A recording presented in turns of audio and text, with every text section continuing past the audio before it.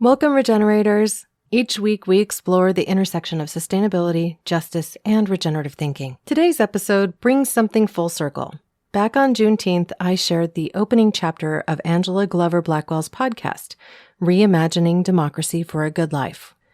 Then, last Wednesday, you heard my own conversation with Angela, where we talked about everything from growing up in segregated St. Louis to what it actually takes to build a democracy that works for everybody. Today, I'm closing that loop. This is Chapter 6, Hope is a Discipline, the final episode of Season 1 of that podcast, Reimagining Democracy for a Good Life. It may be the most powerful episode of Season 1, at least in my opinion. It's about art, creativity, and what it takes to move a place and a country from resistance to creation. You'll hear from choreographer Ana Maria Alvarez, from young lawmakers who refused to be silenced, and from Angela herself on why hope isn't a feeling you wait for, it's a discipline you practice. Some of these themes you might have already heard last week, but trust me when I say this is worth the listen, just like every episode of that first season. And if this episode moves you the way that it moved me, Season 2 of Reimagining Democracy for a Good Life, focused on Georgia instead of Los Angeles, is available right now wherever you listen to podcasts. Go find Angela's show and follow along. I'm including links with show notes. Here's Chapter 6, Hope is a Discipline. When I was growing up in St. Louis, my family had 4 drawings by Charles White hanging in our home. In the mid to late 20th century, Charles White was one of the most famous and influential Black artists in the United States. His realistic, gorgeously detailed paintings and drawings portrayed the African-American experience in all its pain, strength, determination, and dignity. He happened to be my Uncle Ed's close friend, which is how my parents came to have these wonderful drawings. Everyone who came to our house was amazed to find Black art on display. Back then, in the 50s and 60s, the only Black images I saw in anyone's home were family photos. One of White's most famous pieces is the 1943 mural called The Contribution of the Negro to Democracy in America. It measures 11 feet tall and 17 feet long. It's painted on a wall inside a building at Hampton University, an HBCU in Virginia. At the center are people in chains. But what dominates the work are the faces of heroes who fought to break the shackles of racism throughout our nation's history. We see Crispus Attucks, Revolutionary-era sailor of African and indigenous ancestry, who was the first person to die in the Boston Massacre and became an early martyr in the struggle for independence. We see the anti-slavery rebel Nat Turner, abolitionist Frederick Douglass and Sojourner Truth, inventor George Washington Carver, and educator Booker T. Washington. Also, Paul Robeson and Marian Anderson, contemporaries of Charles White, who, like him, were brilliant artists and brave activists. I've been looking at images of this mural as I have been grappling with how we can build a multiracial democracy. The mural is a potent reminder that Black people, even when it didn't serve or protect us, have always played a key role in challenging our democracy, pushing it to fulfill its promise of liberty, justice, and opportunity for all. The mural also shows me that in the struggle to build a more perfect union, there is a through line from resistance to creation, from rebellion to invention. And the mural sends a clear message about the central role of artists in political and social movements. As Charles White once said, art must be an integral part of the struggle. It can't simply mirror what's taking place. I'm Angela Glover Blackwell, and this is Reimagining Democracy for a Good Life. In this episode, we'll talk about how art and creativity are vital components of a multiracial democracy and essential for human flourishing. We'll also look at where Los Angeles and we as a country need to go from here. Welcome to our final episode, Chapter 6, Hope is a Discipline.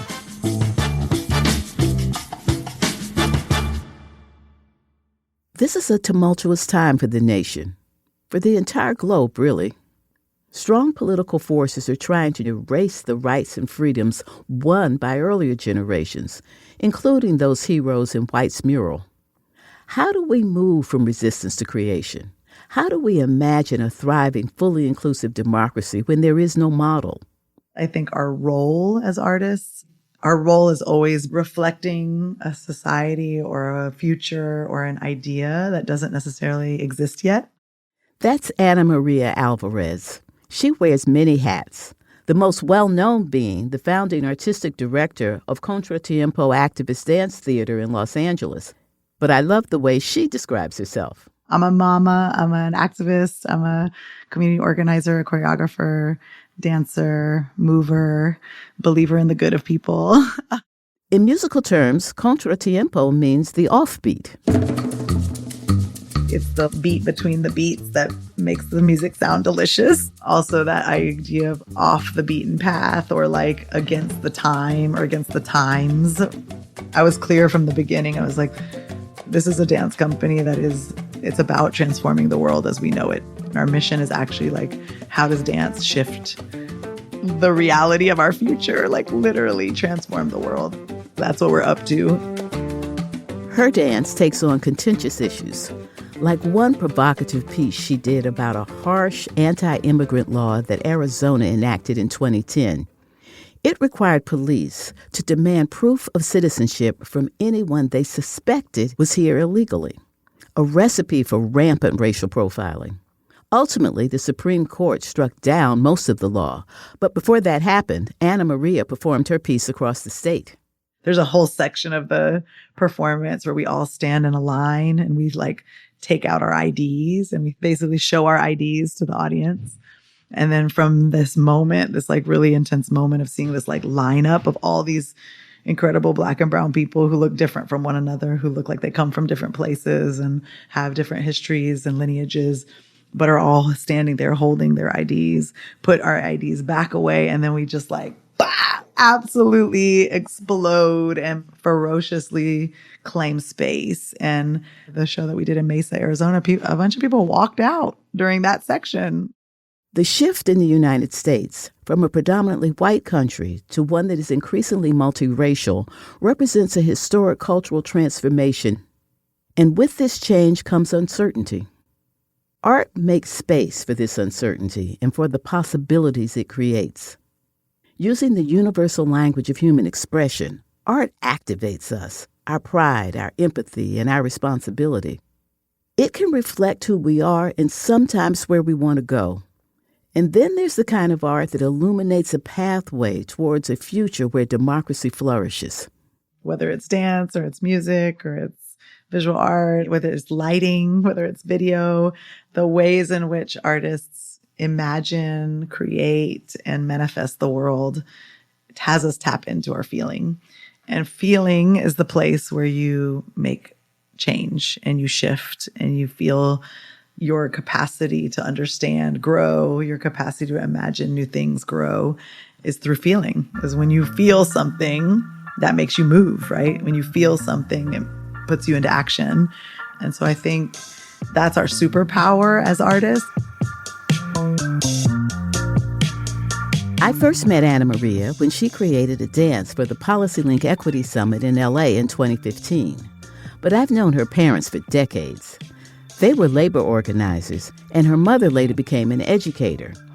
For a long time, her father, Joe, was part of an informal group of organizers and activists that I've been in for 25 years. We meet regularly a few times a year and discuss what's happening in our individual areas, from progressive labor and academics to civil rights and community building. Without that group, the trust, rigor, and exchange of information, PolicyLink would not be what it is today. It was imperative to all of us that our work continue to expand to meet the moment and the future. So we made sure to invest in the next generation of leaders and pull them into our network to continue the tradition of solidarity. This work takes a village, and that's a lesson Ana Maria learned early on. My parents are a great example. They gather every few weeks with their village where they have these like 3-hour conversations about something that's happening in the world. I go into their Zoom room and listen in, participate sometimes, but like those kinds of, gathering human beings and actually reading something together, sharing something, like finding community spaces where you can be in action together. Transformative change is an intergenerational endeavor. I love seeing the daughter of a longtime friend and colleague boldly take up the charge of change and infuse the movement with the special beauty and wisdom of someone whose art literally is movement. I was fascinated with this idea that like resistance was seen as a negative, that pushing back and engaging was actually seen as like, that's the worst thing that you could do. Resistance is actually a fundamental part of being in a functional and healthy society, right? That you want pushback and dissidence and discourse. And when everybody's all pretending like they agree with, that's called a dictatorship. And also just looking at and thinking about salsa and partner dancing as this metaphor for this kind of resistance, and how when you dance with a partner, you need that pushback. You need that engagement to know that the person is there, to know that you are being met with an energy, that there is a capacity for you to actually be in relationship and talk and speak with your bodies. If you don't give resistance back, it's literally like dancing with a floppy wet towel. Like you can't do it. It's actually impossible. The dance doesn't work. I was just fascinated with that metaphor of like, we need resistance. Resistance is critical. There's another reason why art is so important in activism and organizing. It sparks joy.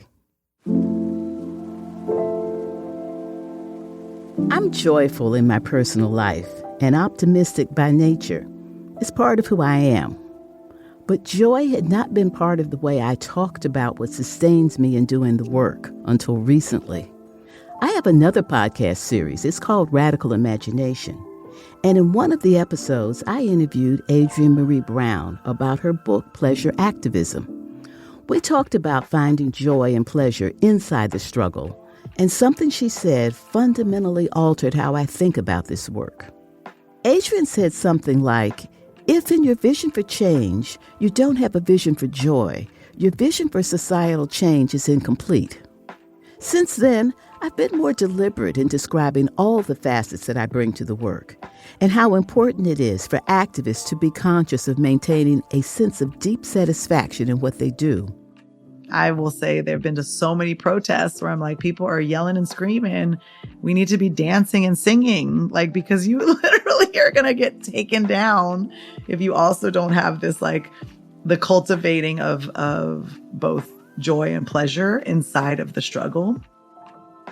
We did see moments like this during the wave of international Black Lives Matter protests in 2020. The Black Lives Matter protests have become a global movement, and protesters have also joined together in global dance movements, such as the Electric Slide. Professional dancers performed it during protests in New York, highlighting the work of Black dancers. Within a week, it was dancer protests around the world, becoming a symbol of peaceful protest. The dance has roots. We need joy to sustain us in the work, and joy is an essential component of what we are trying to achieve. We cannot have human flourishing or a good life without joy, pleasure, and beauty. Meet Keith, loving dad, board game champ, bus driving pro. I drive 65,000 miles in my bus each year. If people knew what I know, lives could be saved. Like how there are some things I simply can't see. On my route the other day, a car tried to sneak past me and ends up right in my blind spot. I turned slowly, so accident avoided. But no car should be in the blind spot for a 40,000-pound bus. It's our roads. It's our safety. Visit www.sharetheroadsafely.gov. At this point in the podcast, I would like to be able to tell you that LA has solutions that can guide the rest of the country. But things aren't that simple, as my conversation with longtime environmental activist Denise Fairchild made clear. Do you think Los Angeles can lead the way? Can Los Angeles be a model? Can Los Angeles be a place where we can have honest struggle and develop tools and strategies for the model if it's not the model? Where does LA fit? I think California and Los Angeles are indeed good examples of how to come together and how to come together to affect change, notwithstanding the challenges that are there. That's continuous work, and we need to understand it as being continuous work. But I have to also mention that while we can be the model, and I do believe we are the model because we've been doing the struggle, we've been in the struggle a lot longer than many other parts of the country, that you can't tell Atlanta that it's California, okay? You can't tell Alabama, because I've been working on a national platform as you have, and they all say, don't come here with this California stuff, right? We're different, okay? We got a different culture. And so there's a whole lot of resistance from extracting the examples of California to other places. And I think we do need to be careful about that, because it is a very different culture in other parts of this region. And we've got to start where people are and show maybe examples, but not saying that, we've got the answers figured out. Denise is absolutely right. And while I recognize the important lessons from LA, every city, every community needs to carve its own path toward a fully inclusive, democratic future. Los Angeles doesn't give us a roadmap, but it does offer signposts for the journey ahead. LA reminds me that a better world is not only possible, it's already being built on a foundation of creativity and dedicated hard work. My dear friend Manuel Pastor describes his particular vision of the city wonderfully. My son, as you know, is a musician, and he actually went to undergraduate to go to a theater program. When he was getting ready to go to the theater program, I asked him one evening as we were watching a sunset, "Why are you doing this? Why do you want to go to this program?" And he said, "I just want to make things of beauty with my friends." And I feel like what's gone on in Los Angeles is that we've tried to make a thing of beauty, a vibrant set of social movements, an idea, an attempt to take and wield governing power to make a thing of beauty with a generosity of spirit, with an understanding of other people's experience, with an understanding that we need to be coming together to be able to make a world of beauty with our friends. The fact that this experiment remains a work in progress shouldn't discourage us. Rather, it should inspire us to keep working, and working harder now than ever, as community leader Anthony Thigpen points out. I'm not sure the vision's ever completed. There's always another mountain we have to climb, but that would get us to a new level. I like to think of in LA and California, that the work that we've done has brought us to the brink. We're not there yet. We're at the brink of achieving something transformative, and that possibility exists more now than it ever has. At the same time, if we look around the country, forces of reaction are trying to take it away and trying to create a different model. So while we've achieved the brink of something, we got to pay attention because it can always be taken away. Well, this new year, 2024, is set to see dozens of elections held around the world, including in Russia, the U.S., South Africa, the U.K., India, and Taiwan. This is set to be a record-breaking year. 2024 will be the biggest global election year in history.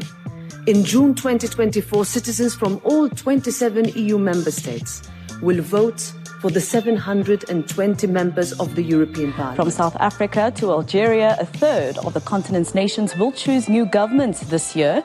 They include coup-hit Mali, Chad, and Burkina Faso if their military leaders keep their word.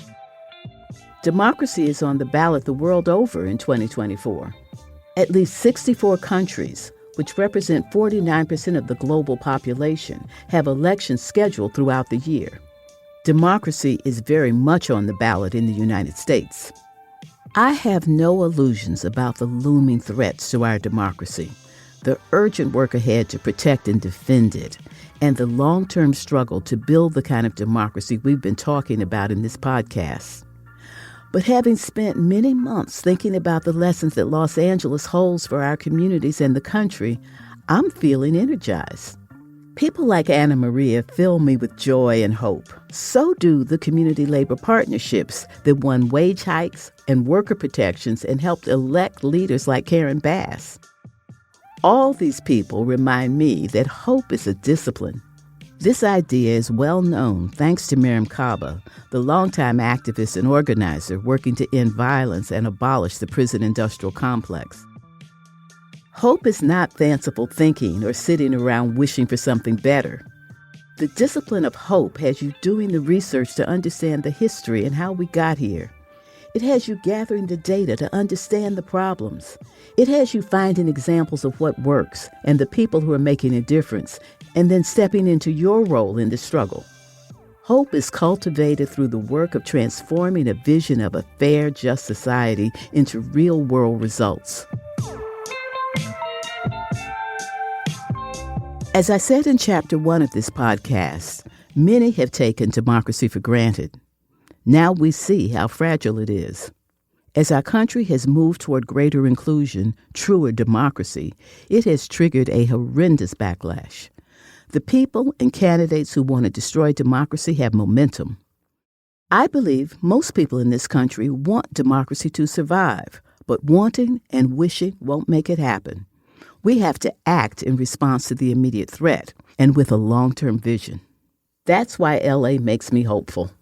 And LA is not the only place where people are working to breathe new meaning, new life into democracy.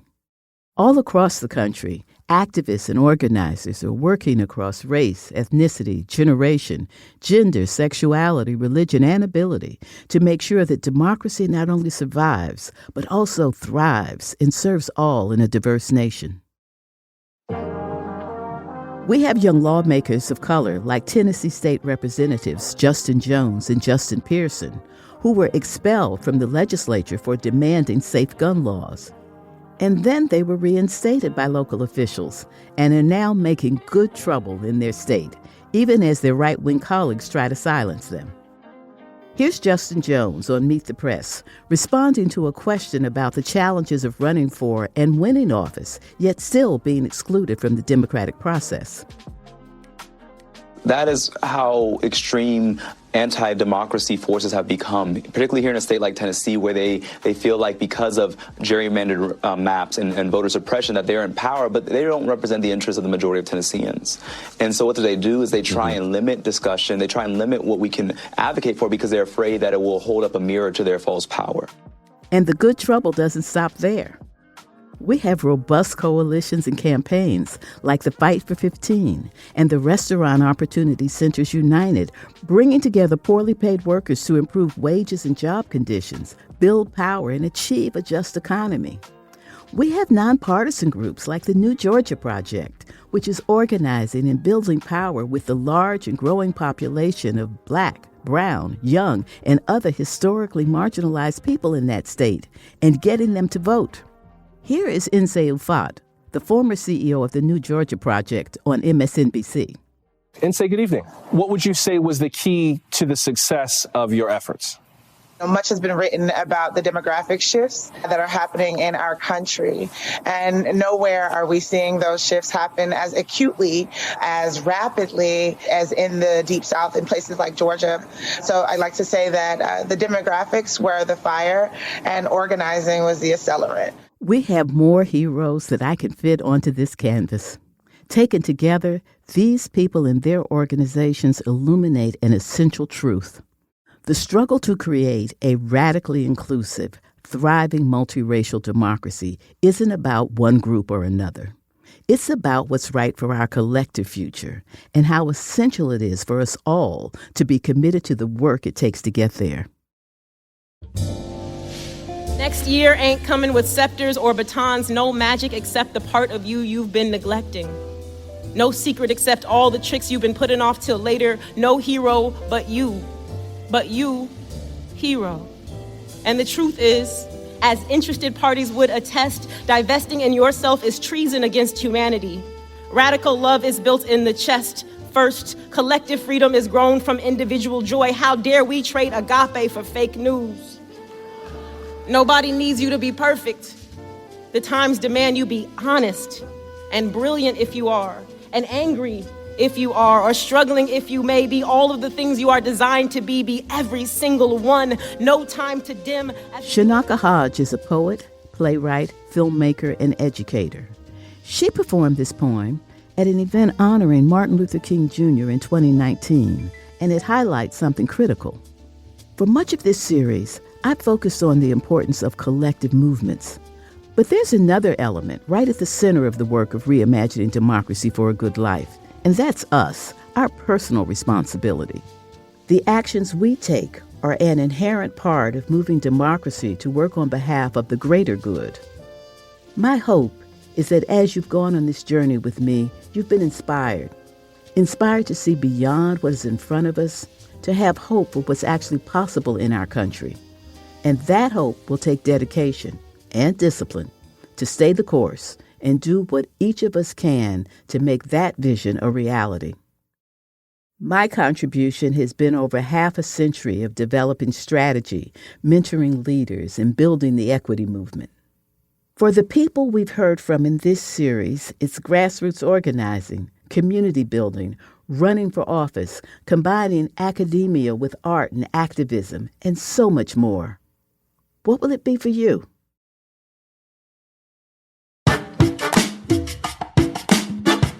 Reimagining Democracy for a Good Life is a podcast created by PolicyLink in partnership with Pineapple Street Studios.